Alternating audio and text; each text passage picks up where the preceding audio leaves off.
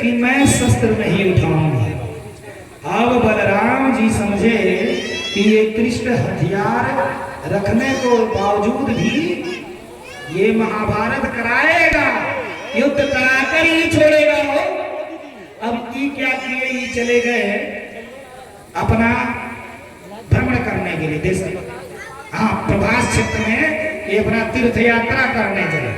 तीर्थ यात्रा करते करते माई बाप तीर्थ यात्रा करते करते बलिराम जी पहुंच गए कहां,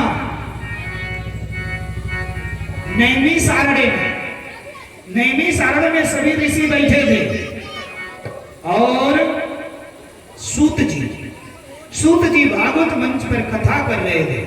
माई बाप जैसे बलराम जी पहुंचे हो सभी ऋषि ने उठ करके इनको प्रणाम किया, लेकिन महाराज सूत जी उठ करके रोमहर्षण सूत जी उठ करके प्रणाम नहीं किए। माई बाप क्यों? इस गद्दी की महिमा ये दुनिया की सर्वोच्च सबसे ऊंची गद्दी है, व्यास की गद्दी। इस व्यास गद्दी से अगर व्यास जो वक्ता है उसके गुरु भी आ जाए ना तो प्रणाम करने का अधिकार नहीं है। इस मंच से प्रणाम अगर व्यास ने कर दिया तो इस गद्दी की तौहीनता होगी, इस गद्दी की मानहानि होगी। भले कथा समाप्त होने के बाद उतर करके वो प्रणाम करेंगे, लेकिन इस व्यास गद्दी से हाथ जोड़ने का काम नहीं है। ये सर्वोच्च सबसे ऊंची गद्दी है, इस गद्दी का कोई मोल नहीं है। इस गद्दी के आगे प्राइम मिनिस्टर, राष्ट्रपति से लेकर के दुनिया के सारी शक्तियां, इस गद्दी के आगे सबको झुकना ही पड़ता है। इस सर्वोच्च स्थान है। भाई बाप अब सूत जी ने इसी भावना से अब ये उठ करके न उठे न प्रणाम की है। अब बलराम जी को लगा गुस्सा। बलराम जी को जब गुस्सा लगा भाई बाप, इन्होंने त्रिकुशा लिया, त्रिकुश से लेकर के चला दिया। ऐसा क्रोधित होकर के चलाए कि कुशवा से सूत जी मर गए।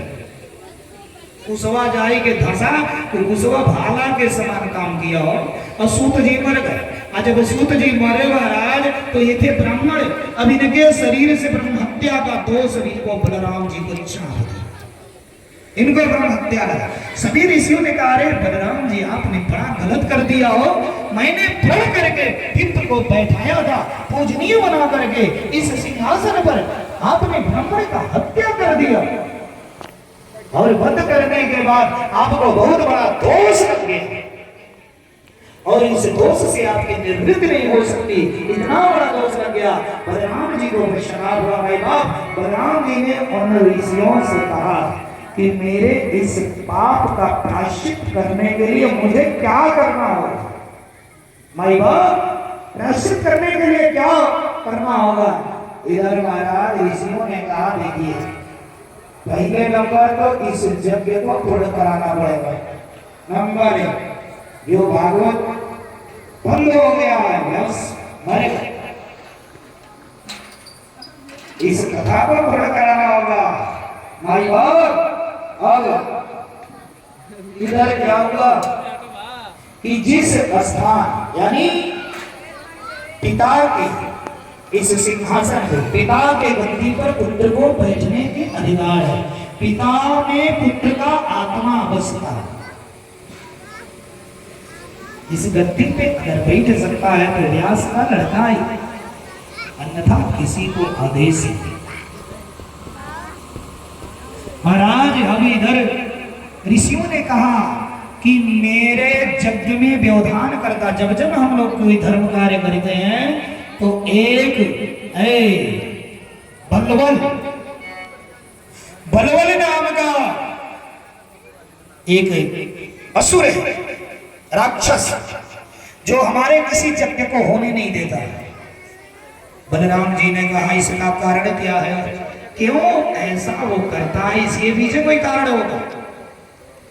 ऋषियों ने कहा इलवल का लड़का बलवल, महाराज ये दोनों पिता और पुत्र जंगल में रहते थे साधु का भेष बना करके, इलवल और बलवल पिता पुत्र। तो जब ये साधु के भेष में रहे तो कोई आता था अगर न तो इसे वो प्रेम से बुला के ले जाते अपने कुटिया पर। अब कुटिया पर ले जाके माई बाप जो इलवल इसका पिता था बलवल का, ये भोजन बन जाता था, ये धीरे से भोजन बन जाए बढ़िया खाना, और बलबल जो है बैठा करके भोजन करवाता था जिसको भी ले जाते थे।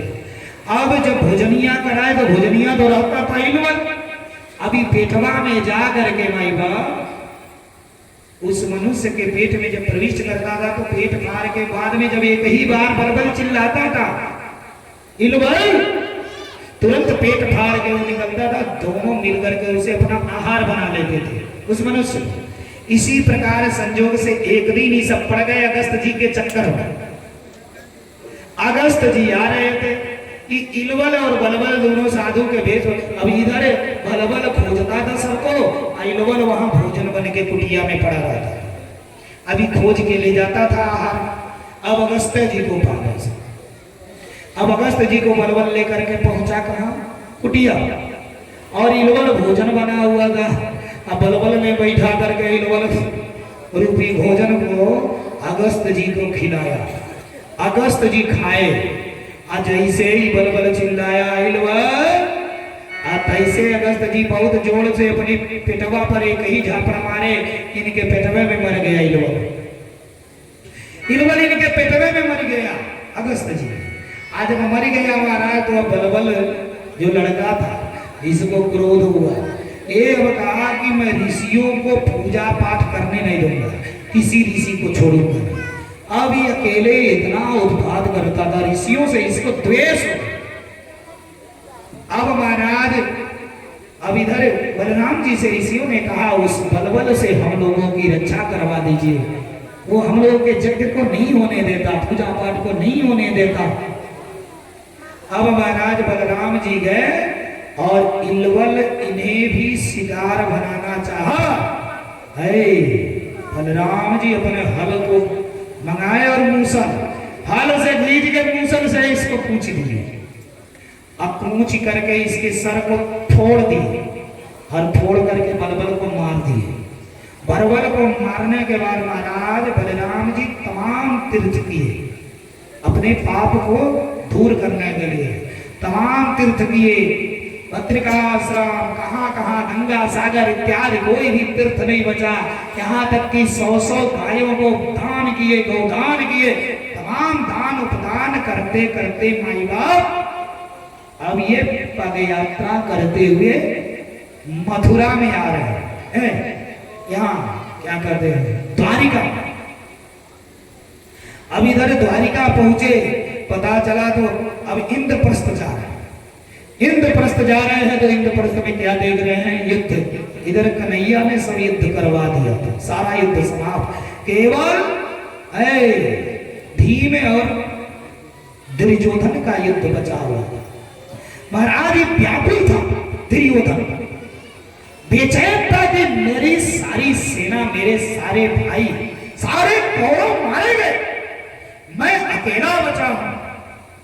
और ये भगा गया सीधे अपनी माँ के पास, गांधारी के पास, जो आंखों पर पट्टी लगा करके बैठी रहती थी, और जाकर के माँ से कहा तू मेरी माँ हो और माँ का कर्तव्य है पुत्र के लिए कुछ करना, तू मेरे लिए क्या की हो अभी तक, मेरे लिए तूने कुछ नहीं किया। माँ ने कहा गांधारी ने बेटा जब समय आएगा ना तो तेरे लिए मैं बचा करके रखी हूं, जब तेरी सारी शक्ति काम नहीं करेगी तो चारों तरफ से एकदम बेकार हो जाएगा, तुझे कोई सहारा नहीं दिखेगा। ऐसे समय में तो नंगा होकर के निर्वस्त्र, शरीर पर एक वस्त्र नहीं रहना चाहिए, तू मेरे सामने आ जाना और उस दिन मैं आंख की पट्टी खोलूंगी, तेरा पूरा शरीर वज्र हो जाए। महाराज अब ये गया युद्ध में, देख रहा है कि सारी व्यवस्थाएं फेल, अब अकेले बच गया, कुछ समझ में नहीं। इसको याद आ गई हो मां ने इसे कहा था, गांधारी महाराज इतना तप की थी अपने जीवन का, इसके तप का प्रभाव था वो। ये नंगे एक दिन निर्वस्त्र होकर के भागे भागे जा रहा था। अरे तोले रास्ते में मिल गए कन्हैया जी, और कन्हैया ने कहा, अरे दुर्योधन इस तरह नंग धरंग तुम कहां जा रहे हो? उसने कहा कि मैं मां के पास जा रहा हूं। अरे मूर्ख, मां के सामने कोई नंगा जाता है? मां के सामने नंगे जा रहे हो निर्वस्त्र, तुम्हें लज्जा नहीं आ रही?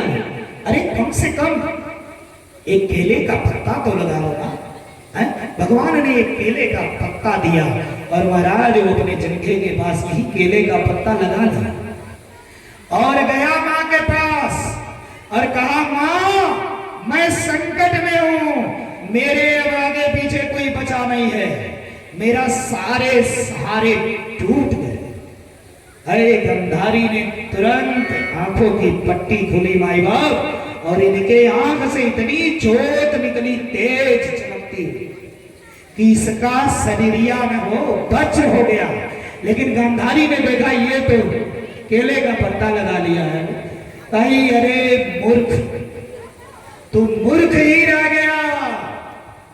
जितना दूर एक केला का पत्ता लगाया था जंघे से ऊपर कमर के नीचे, इसका उतना शरीरिया वज्र नहीं हुआ, पूरा शरीरिया वज्र हो गया। मां ने कहा, तू तो चूक कर दिया रे, तो बहुत बड़ा चूक कर दिया। अरे दुर्योधन कहा, कृष्ण ने मेरे साथ धोखा कर दिया, कृष्ण ने मेरे साथ धोखा कर दिया। माई बाप अब गए और भगवान देख रहे हैं इधर। अब बलराम जी आए तो देखे कि अब सब युद्ध हो गया, केवल बचा है दुर्योधन। दुर्योधन बलराम जी के चेला था, परम भक्त था। इन्होंने सोचा इसको समझा दूं, कम से कम ये मान जाएगा, बच जाएगा। अरे बलराम जी ने कहा, है दुर्योधन, अरे तुम तो छोड़ दो युद्ध करना, कम से कम तू तो बच जाओ, सारी व्यवस्था तेरी अस्त व्यस्त हो गई हो, कुछ बचा नहीं, कम से कम तो इतना करो कि तू तो बच जाओ। लेकिन ये माना नहीं। अब इधर कन्हैया सोचे बलराम भैया इसको समझा रहे हैं, बलराम भैया का चेला अगर कहीं मान गया तो ये मरेगा ही नहीं, इसको मरवाना है। कहें कि द्रौपदी का मुझे वो पितरी केस भूली नहीं है, कि द्रौपदी प्रतिज्ञा करके बैठी है वो कि यदि दुर्योधन का खून नहीं मिला तो मैं अपने केस नहीं धरूंगी। पर आज भगवान तुरंत भीम को आदेश दे, मौका मत चूको। और भीम से मल युद्ध चल रहा था, गदा युद्ध। भीम ने मार करके इस गदा युद्ध में इसके जंघे को तोड़ दिया, और जंघे को तोड़ा माई बाप, ये उस युद्ध समर भूमि में गिरा। और गिरने के बाद माई बाप शेष कथा में पीछे सुना चुका महाभारत में। इसी जगह पर वो पांडव के पुत्रों का मूड़ी काट करके स्वस्थामा लाया था ना, जिसे देख करके ये तुरंत चिल्ला करके इसके प्राण निकल गए। अरे यशोस्थामा, तूने तो मेरा समूल नष्ट कर दिया, तू मेरा सबसे बड़ा शत्रु है, तूने मेरे कुल में पानी देने वाला नहीं छोड़ा हो। और यही गिरा दुर्योधन, जेल से चिल्ला करके इसके प्राण निकल गए। बोलिए कृष्ण भगवान की जय, श्री बाल कृष्ण लाल की जय। अब महाराज राजा परिचित हाथ जोड़िए गुरु। अरे ये कृष्ण के जो मित्र थे ना, जो बचपन के प्यारे मित्र थे हो सुदामा, थोड़ा इनका कथा बतलाइए। ऐ सुखदेव जी ने कहा, राजन ध्यान से सुनो। अरे